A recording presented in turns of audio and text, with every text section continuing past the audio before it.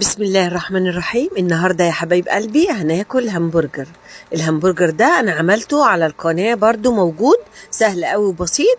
بتجيبي نص كيلو لحمة، أنا جايبة كيلو إلا ربع، بس عملت نص كيلو همبرجر وربع كيلو عملت الكفتة اللي انتوا شايفينها دي.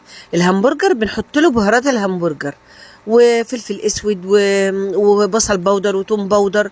وتجيبي على النص كيلو حوالي يعني نص كوباية فول صويا، تنقعيها وبعد كده تحطيها مع اللحمة المفرومة، بتبقى هي اللي بتخلي الهمبرجر حلو قوي يا جماعة.